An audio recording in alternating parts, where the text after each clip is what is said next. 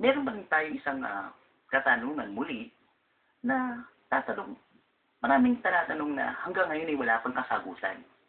Tulad na lamang ng tanong na, ano raw nauna? Manok daw o itlog? Marami nagsasabi sa akin na ang nauna daw ay manok. Ang sagot ko naman, saan ang galing ang manok? Siyempre, sa itlog.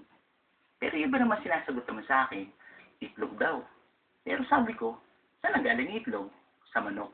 Pero ayon sa aking pagsasaliksik, ang sagot ko doon at pinakapinali kong sagot ay itlog. Bakit kanyo?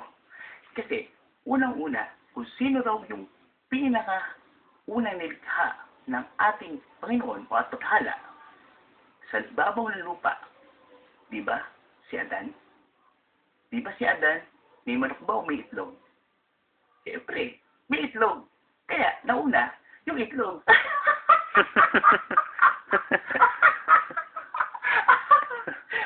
Good.